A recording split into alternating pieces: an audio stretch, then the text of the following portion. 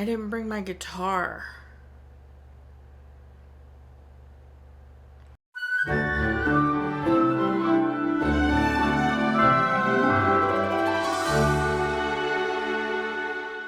Welcome back to Everyday Movie Ever. My name is Jess and I'm watching Everyday Movie Ever. Today I'm going to be talking about Coco! Coco's a 2017 theatrical release about a boy named Miguel who is desperate to be a musician and steals a guitar from a grave which sends him to the land of the dead where he needs his family's blessing to return, but they won't give the blessing unless he agrees to never play music again.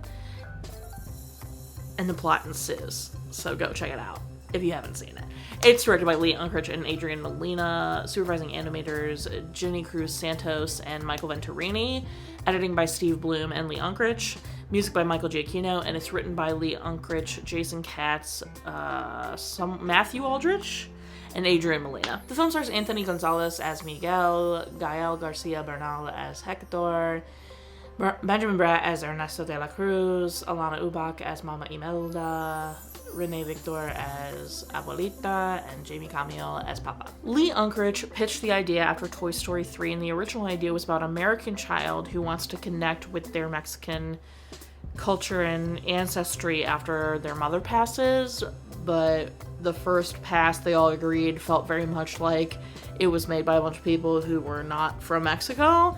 And so they dove really deep into it. They did a ton of trips to Mexico. Unkrich felt a huge responsibility to do it right. Animators dealt with difficulty animating skeletons because they don't have a muscular system. Their inspiration was like Spirited Away, Howl's Moving Castle, John Wick. Disney, guys, I think we can all agree after this, just everything, Disney's really a bunch of idiots now. Like, they've lost the frickin' plot for a while. We know this. I think everyone agrees they're also in a not at Coco, but they're in a down spell right now, and it's really embarrassing and cringe and, like, absolutely hauntingly corporate and capitalist with the whole Nani gives up Lilo to the state to go to college in California for marine biology when they live in Hawaii, but it's fine. But they tried... I can't even say it. They tried to trademark Dia de los Muertos. I can't do it. And the original voice of Miguel was supposed to be Emilio Fuentes, but he grew and his voice deepened too soon. Animation began in April of 2016. Adrian Molina was promoted to co-director, which was really exciting. I remember watching a bunch of the bonus features, and him getting promoted to co-director was a huge deal and a huge success for him. And then also, Anthony Gonzalez was a temp voice for Miguel. And there's a video of them deciding they actually just wanted him to be their Miguel. They loved his performances. And so they give him like a cake that says like, we each, oh my god, and he gets so emotional. It's so sweet. Filmmakers did film actual guitar players playing the music so they could animate it correct and accurately. They wanted the Land of the Living to be completely visually different from the Land of the Dead, which I think they succeed at. The film had like $275 or 225, like, you know, in that range, $1 million budget, made $814.3 million in the box office. 97% on Rotten Tomatoes consensus. Coco's rich visual pleasures are matched by a thoughtful narrative that takes a family-friendly and deeply affectionate approach to questions of culture, family life, and death. It did win Best Original Song and Best Animated Feature. In 2018, there was a controversy. Apparently, Mama Coco is based off of a woman in Mexico named Maria de Salud Ramirez Caballero from Parapecha. Everyone in the town says that the filmmakers had come and taken pictures of lots of different Mexican families, and they spoke with Salud and took her photo, and they say like Mama Coco is definitely who this lady is. Disney has never addressed it, has never said anything about that specifically. They did say, like, obviously we went to Mexico a ton and were inspired by a lot of the families that live in Mexico, but we did not draw from, like, any one person specifically. They didn't say that, draw any one person specifically. They just said, like, we went to Mexico and saw a bunch of families and were inspired by a lot of different families. Maria de Salud did pass away in 2022 of COPD and old age at 109. So, right on. It did have a sequel announced in March of this year, set for a release date in 2029. There's a Broadway show adaptation in the works, which is crazy. That would be very interesting to see. Not Coco, but Miguel and some of the other characters do appear in Mickey's PhilharMagic in Frontierland. And then there's a theme park ride coming, to be clear, appears in Mickey's PhilharMagic, and then I think they also appear in Frontierland, because Mickey's PhilharMagic is not in Frontierland. I'm not a novice, I promise. And then a ride is coming to California Adventure in California. That's set to begin construction in 2026. Absolutely breathtaking. Genuinely, I remember seeing this in theaters, and when he first gets to the land of the dead and sees, like, you know, the shot, I remember being, like, blown away at how stunning that was. It's absolutely gorgeous. You can't deny it. The animation of Miguel turning into a skeleton, very good. The animation of the skeleton's very good. The juxtaposition between the land of the living and the land of the dead, so good. Absolutely gorgeous. A stunning movie through and through. The music is obviously excellent. It's not a full-blown musical, I'd say. I'd say it's more the plot is about music, so there is music in it, but it is not a full-blown musical, if that makes sense.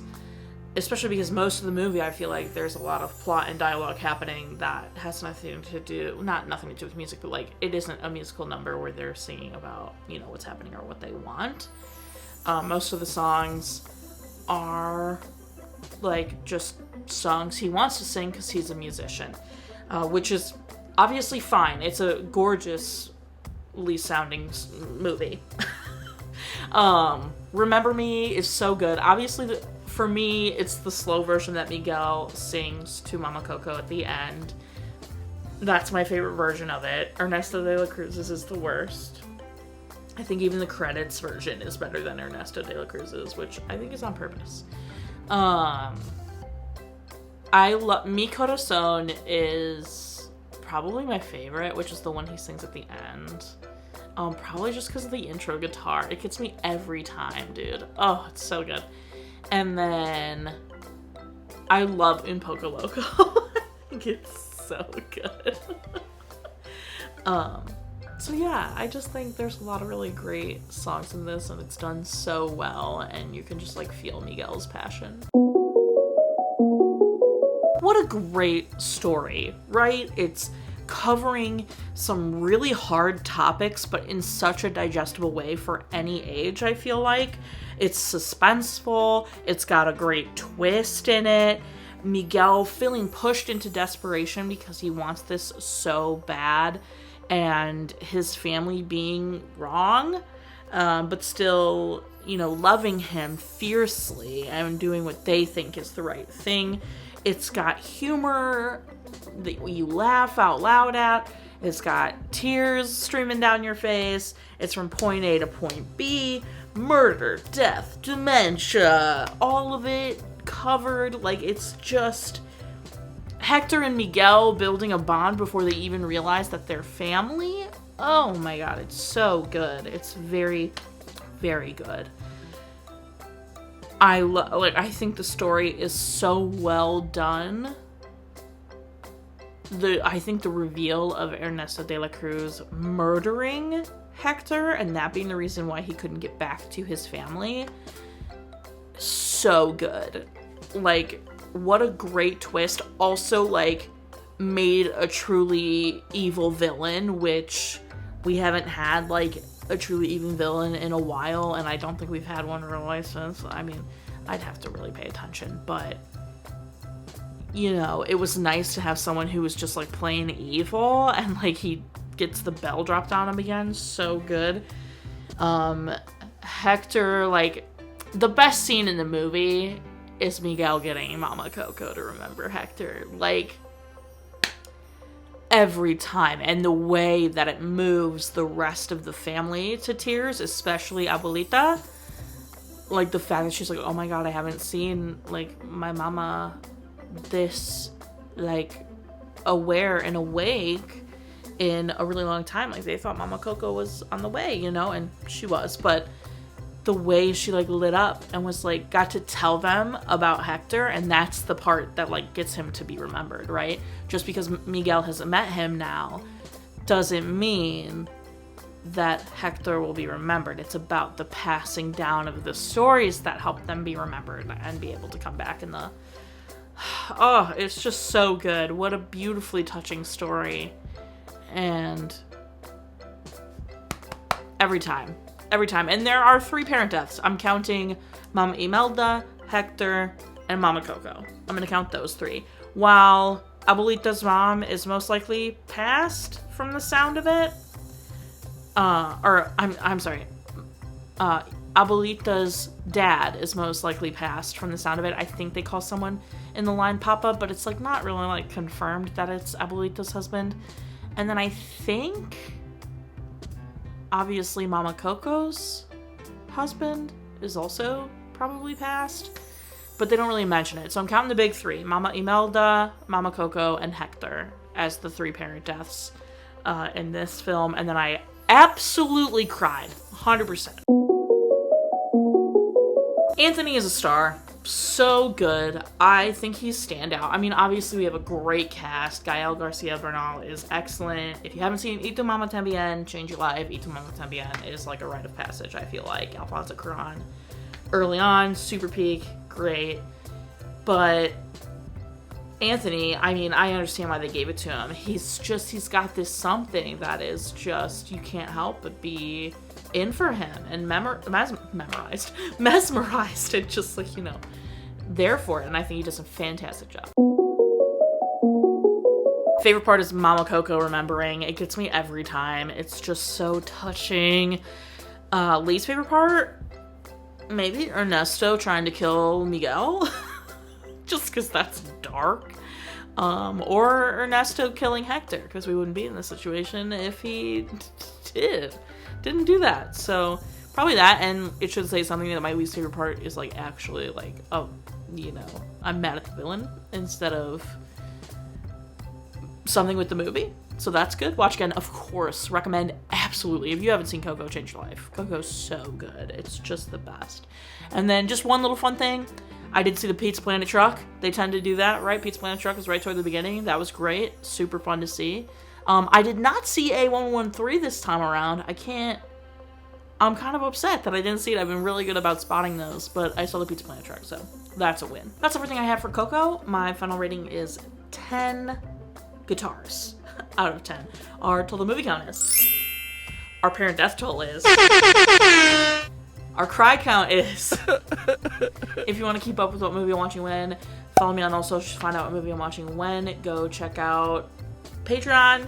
Join it. Patreon. I got tiers starting just when I get every video a week early. Tiers with that, daily trivia, bonus content, monthly postcards, free merch. Go check it out. Buy merch. Until next time, comment, like, subscribe. I'm not in charge of your life. You are, so you, and don't be Ernesto de la Cruz about it. Say that I'm crazy or call me a fool.